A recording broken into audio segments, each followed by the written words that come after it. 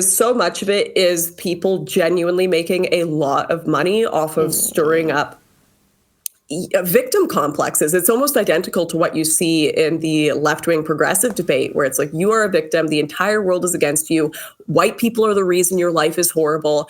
And people have just found different markets to sell this to, whether it be women or what we're seeing with men in some cases. Actually, you don't need to improve yourself. You don't need to learn how to talk to people and respect people. It is all women's fault. And even if you did get into a relationship, it would probably fail anyways, and she'd steal all your money. So just hate women and definitely keep spending money on my live streams and my blogs and my books. It's just a eternal spiral of self-victimization and dehumanization of the other sex.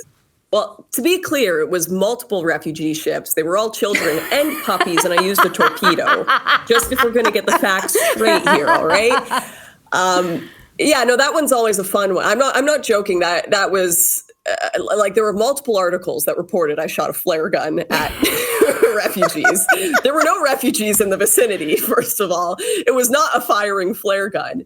One that was an Italian article, I guess there was something lost in translation. They said it was a torpedo. So it's really hard to hate other humans. Once you've actually sat down with them, heard their life story, you know, their experiences, why they actually believe the things they believe.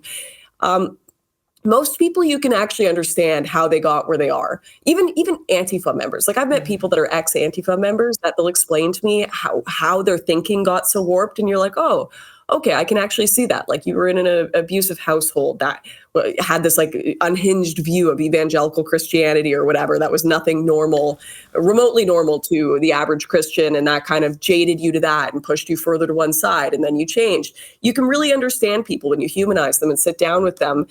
But that's not really politically conducive to selling papers. That's not conducive to getting a bunch of money for your super PAC or your activist organization.